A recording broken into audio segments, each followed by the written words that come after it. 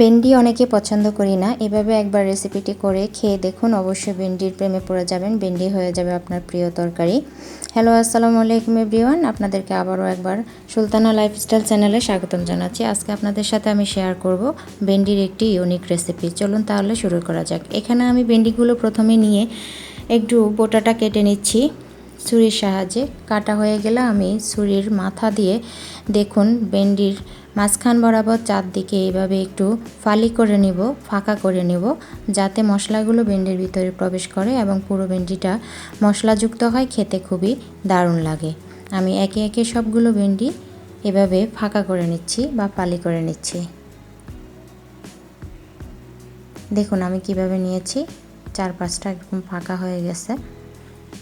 এবার আমি একটা মশলা রেডি করে নিচ্ছি। দিয়ে দিচ্ছি ব্লেন্ডার জারে 5-6টা রসুনের কোষ এবং দিয়ে দিচ্ছি 4-5টা কাঁচামরিচ, দিয়ে দিচ্ছি ধনিয়া পাতা। একটু পানি দিয়ে আমি এই সবগুলোকে ব্লেন্ডার করে নিয়ে এসেছি। আরেকটা বাটিতে আমি আরেকটা মশলা রেডি করছি, যেটা আমার ভেন্ডি রান্নাতে লাগবে। দিয়ে দিলাম 2 টেবিল চামচ টক দই, 1/2 চামচ লবণ, 1/2 চামচ জিরার গুঁড়া, 1/2 চামচ হলুদ গুঁড়া এবং 1/2 চামচ ধনিয়া গুঁড়া। একটু পানি দিয়ে আমি সবগুলো মিক্সড করে রেখে দেব। মিক্সড করা হয়ে গেলে আমি চলে যাব চুলায়। চুলায় একটা কড়াই বসিয়ে দিয়ে দিচ্ছি সরিষার তেল। আজকের রান্নাটা আমি সরিষার তেল দিয়ে করব। তেলটা আমার গরম হয়ে আসলে এর মধ্যে দিয়ে দিব ভেন্ডিগুলো আমি 3-4 মিনিট একটু ভেজে নেব।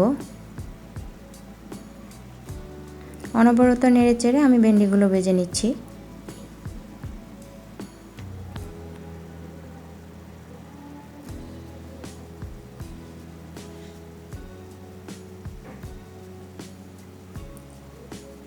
আমার ভেন্ডিগুলো ভাজা হয়ে গেছে, এবার আমি ভেন্ডিগুলোকে উঠিয়ে নেব।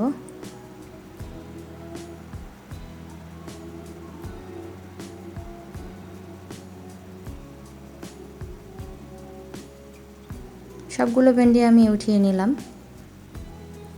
এখন এই তেলের মধ্যে আমি দিয়ে দিব 1 চিমটি আস্ত জিরা। জিরাটা নেড়ে চেড়ে আমি এর মধ্যে দিয়ে দেব 2টো কুচি করে রাখা পেঁয়াজ। পেঁয়াজটা দিয়ে আমি একটু নেড়ে চেড়ে ভেজে নিচ্ছি। অল্প 2-3 মিনিট ভাজি হওয়ার পর আমি এর মধ্যে অ্যাড করব 1 চামচ রসুন বাটা।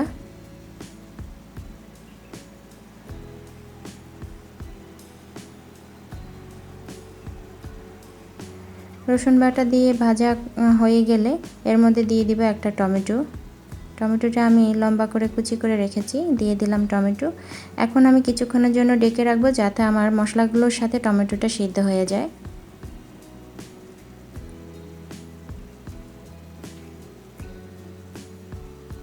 টমেটো আমার সিদ্ধ হয়ে গেছে, রসুনের গন্ধটাও চলে গেছে। এবার আমি দিয়ে দিব যে মশলাটুকু টক দই সহ জিরা, হলুদ এগুলো আমি মিক্সড করে রেখেছিলাম, সেই মিশ্রণটা আমি দিয়ে দিলাম।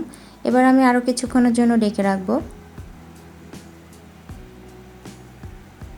5 মিনিট পর আমি ঢাকনা উঠিয়ে আবারও নেড়ে চেড়ে নিচ্ছি। দেখুন আমার মশলাটা পুরোপুরি ভালো করে কষানো হয়ে গেছে, তেল উপরে উঠে এসেছে। এবার আমি কিছুক্ষণ নেড়ে চেড়ে আমি এর মধ্যে অ্যাড করব ধনিয়া পাতা, কাঁচামরিচ এবং রসুনের যে মিশ্রণটা আমি ব্লেন্ড করে রেখেছিলাম সেটা দিয়ে কিছুক্ষণ পর আমি দেখলাম নেড়ে চেড়ে কিছুক্ষণ পর কষিয়ে নেওয়ার পরে আমি এর মধ্যে দিয়ে দিব ভাজি করে রাখা সেই ভেন্ডিগুলো দিয়ে একটু আলতো হাতে আমি এগুলোকে উল্টে পাল্টে মিক্সড করে নিচ্ছি। যেহেতু ভেন্ডিগুলো আমি আগে ভেজে রেখেছিলাম, সেহেতু এগুলো অর্ধ সিদ্ধ হয়ে গেছে। সেই ক্ষেত্রে এবার আমি খুবই আলতোভাবে ভেন্ডিগুলোকে নাড়তে হবে, না হলে একদম ছুটে যাবে, সব গলে যাবে ভেন্ডিগুলো। আমি কিছুক্ষণের জন্য ঢেকে দিয়েছি। ঢাকনা উঠিয়ে দেখুন আমার ভেন্ডিগুলো একদম হয়ে গেছে এবং ঝোলটাও মাখা মাখা হয়ে গেছে। আমার রান্নাটা প্রায় শেষ। এই পর্যায়ে আমি চুলা থেকে নামিয়ে পরিবেশন করব।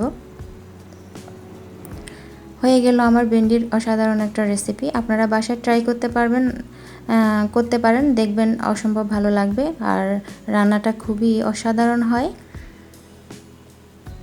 আপনারা একবার ট্রাই করতে পারেন। এতক্ষণ যারা আমার চ্যানেলের সাথে ছিলেন তাদেরকে অসংখ্য ধন্যবাদ। আর যারা আমার চ্যানেলে নতুন তারা আমার চ্যানেলটি ভালোবেসে সাবস্ক্রাইব করে রাখতে পারেন। অবশ্যই বেল বাটনটি প্রেস করে রাখবেন যাতে আমি কোনো ভিডিও দিলে আপনি সবার আগে নোটিফিকেশান পেয়ে যান।